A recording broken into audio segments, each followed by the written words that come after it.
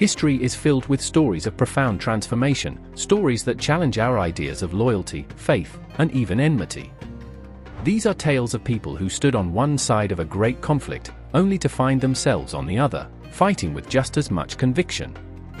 But among all these stories, few are as dramatic, as consequential, or as human as the one we're telling today. For 2 decades, he was the face of the opposition.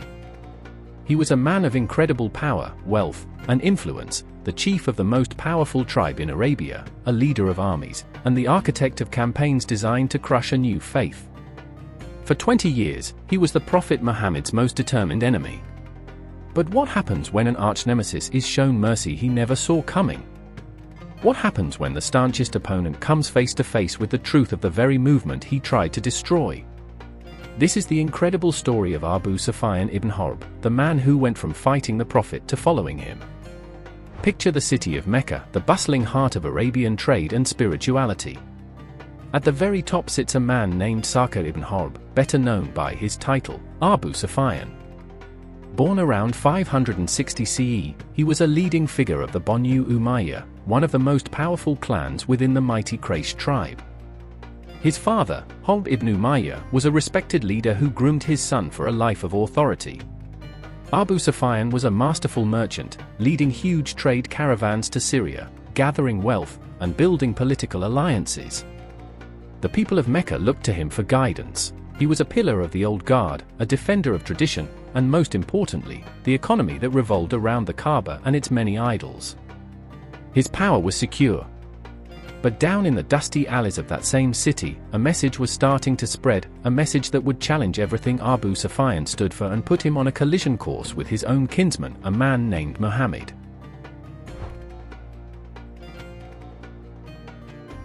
To really get the depth of Abu Sufyan's opposition, you have to understand his world. Pre-Islamic Mecca ran on tribal loyalties, business deals, and the worship of many gods. Power wasn't just about who your father was, it was about money. And money came from 2 main sources: the annual pilgrimage to the Kaaba, which housed hundreds of idols, and the rich caravan trade routes. Abu Sufyan was a master of that trade. His clan, the Banu Umayya, were merchant princes, and the stability of Mecca was the foundation of their wealth. So when the Prophet Muhammad, from the related Banu Hashim clan, began preaching about a single, all-powerful God, it wasn't just a theological debate for men like Abu Sufyan. It was a threat to their entire way of life. The call to abandon idols and worship only Allah struck at the very heart of Mecca's identity, both religious and economic. If the idols were worthless, what would happen to the pilgrimage that brought people and money from all over Arabia? If tribal loyalties were replaced by a brotherhood of faith, what would happen to the power of clans like Banu Umayya? For Abu Sufyan, this wasn't a spiritual disagreement, it was a rebellion. He saw the Prophet's message as a direct attack on his ancestors' legacy and the source of his own power. So his opposition wasn't passive. It was strategic and relentless. As early Muslims faced persecution and fled to Abyssinia and later Medina, the leadership of Quraysh, which Abu Sufyan was central to, cracked down, confiscating the property of those who left. His actions were those of a powerful chieftain protecting his interests at all costs. For nearly 20 years, he was a primary antagonist in the anti-Islamic movement.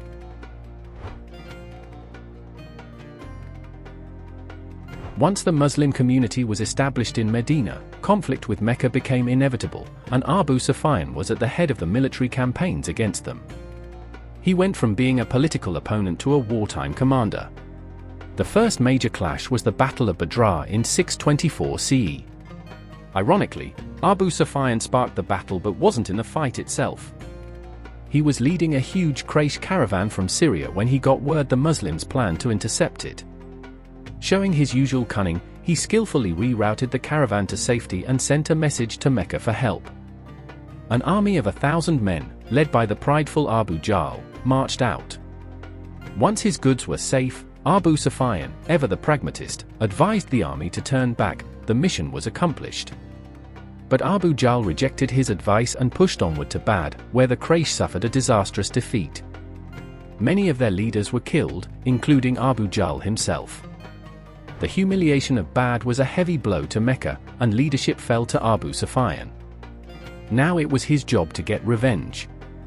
A year later, in 625 CE, he returned as the supreme commander of an army of 3,000, marching on Medina for the Battle of Uhud. This time, the Muslims suffered heavy losses, and Abu Sufyan felt he had avenged the humiliating defeat at Badr, where his own son, Hanzala, had been killed. Standing on a hill after the battle, Abu Sufyan defiantly praised his idols and shouted a challenge to the Prophet, promising another fight the next year. His hostility was unwavering. The peak of his military career came in 627 CE with the Battle of the Trench. Abu Sufyan organized a massive confederation of tribes, gathering an army of around 10,000 men to besiege Medina and destroy Islam for good. But the Prophet, advised by Salman the Persian, ordered a deep trench dug around the city.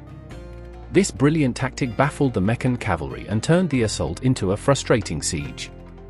Beset by dwindling supplies, infighting, and a terrible storm that ripped through their camp, the army's morale collapsed. A defeated and disheartened Abu Sufyan was forced to retreat. This failure was a major blow to his prestige and a turning point in the war. For 3 more years, a tense standoff continued.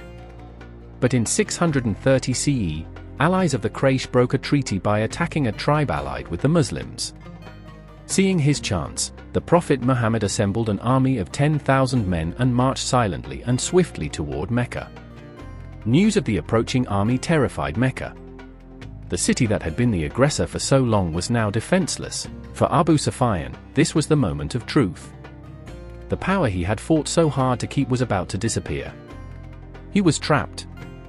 Fearful for his life, Abu Sufyan snuck out of Mecca at night to try and gather intelligence. Near the massive Muslim encampment, where thousands of campfires lit up the sky, he was captured by Muslim patrols and brought before the Prophet Muhammad. This was the climax of a 20-year rivalry. In the Prophet's tent, a tense conversation took place. According to historical narrations, the Prophet asked him if it wasn't time to recognize the oneness of God, and Abu Sufyan agreed. But when asked if it was time to recognize him as God's messenger, he admitted that some doubt remained in his soul.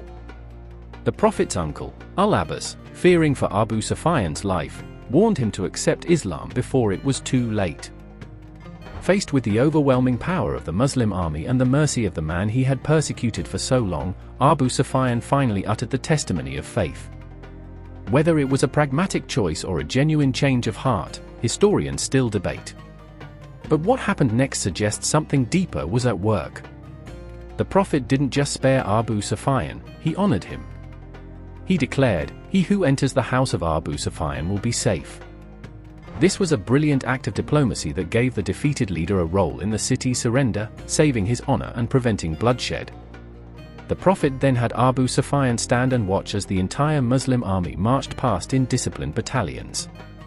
Awestruck, Abu Sufyan remarked on the powerful kingdom his kinsman had built.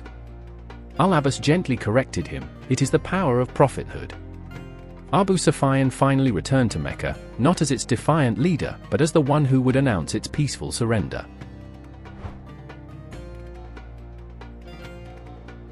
A conversion made in the shadow of an army might seem insincere. Indeed, Abu Sufyan and some of the other new Meccan converts were initially viewed with some skepticism. Some accounts even say that when the next major battle started to go badly, Abu Sufyan felt a brief moment of satisfaction. The ultimate test of his new faith came just weeks later, at the Battle of Hunayn in 630 CE. Rival tribes had gathered a massive army to challenge the Muslims.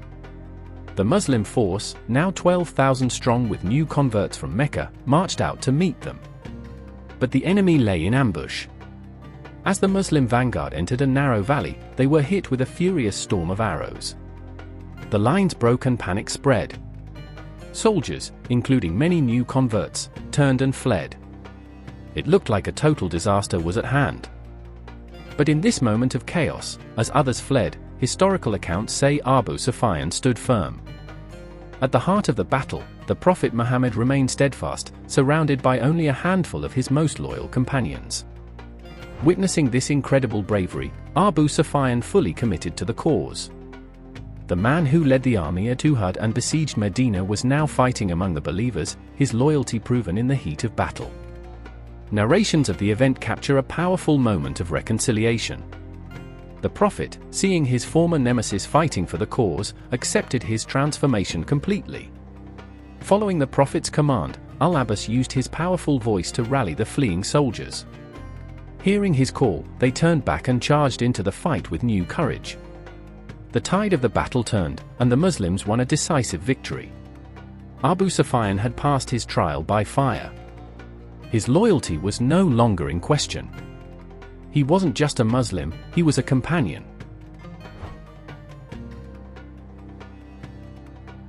The Prophet's forgiveness wasn't just in words, it was proven through trust.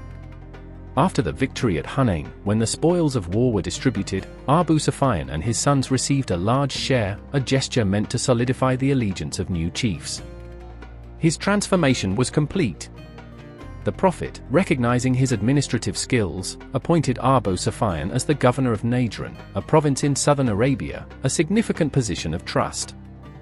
His commitment was tested again at the siege of Ta'if, where he fought alongside the Muslims and lost an eye in battle.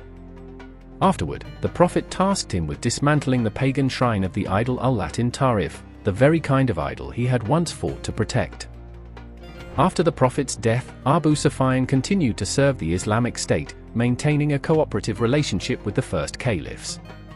He even played a supporting role, offering his military experience, during the pivotal Battle of the Yarmouk against the Byzantine Empire. By all accounts, his conversion had become a sincere and steadfast faith. He lived out his final years as a respected elder in Medina, passing away around 653 CE.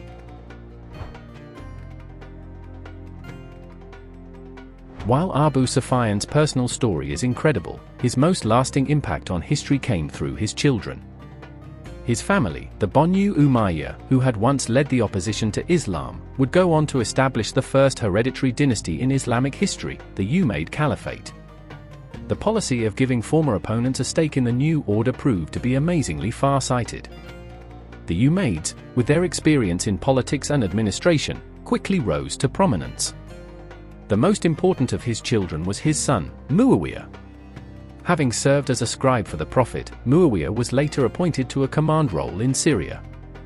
He was an incredibly skilled administrator and politician, and after years of civil unrest, he emerged as the leader of the Muslim world in 661 CE, becoming the first caliph of the Umayyad dynasty. He moved the capital to Damascus and transformed the state into a centralized empire. The Sufyanid line, named directly after Abu Sufyan, ruled the caliphate for its first few decades. Under the Umayyads, the Islamic Empire saw its fastest expansion, conquering lands from Spain to the borders of India. At its peak, it was one of the largest empires in history. The dynasty founded by the son of the Prophet's former archenemy ruled the Islamic world for nearly a century. Even after they were overthrown, a lone Umayyad prince escaped to Spain and established a new caliphate there, ensuring the legacy of Abu Sufyan's family would continue for another 300 years. The family that fought Islam until the very end became the ones who carried its political banner across 3 continents. The life of Abu Sufyan is an astonishing story of transformation.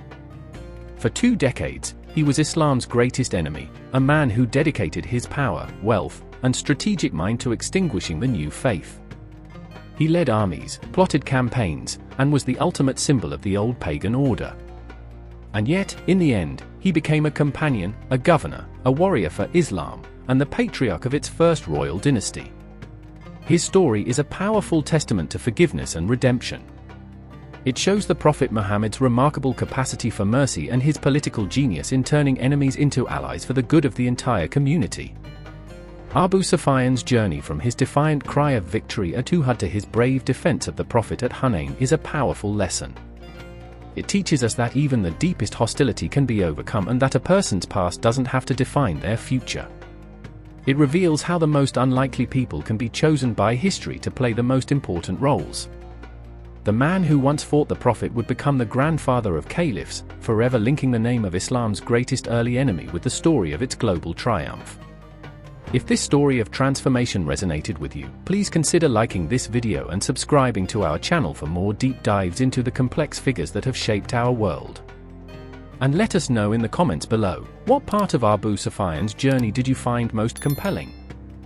Thank you for watching.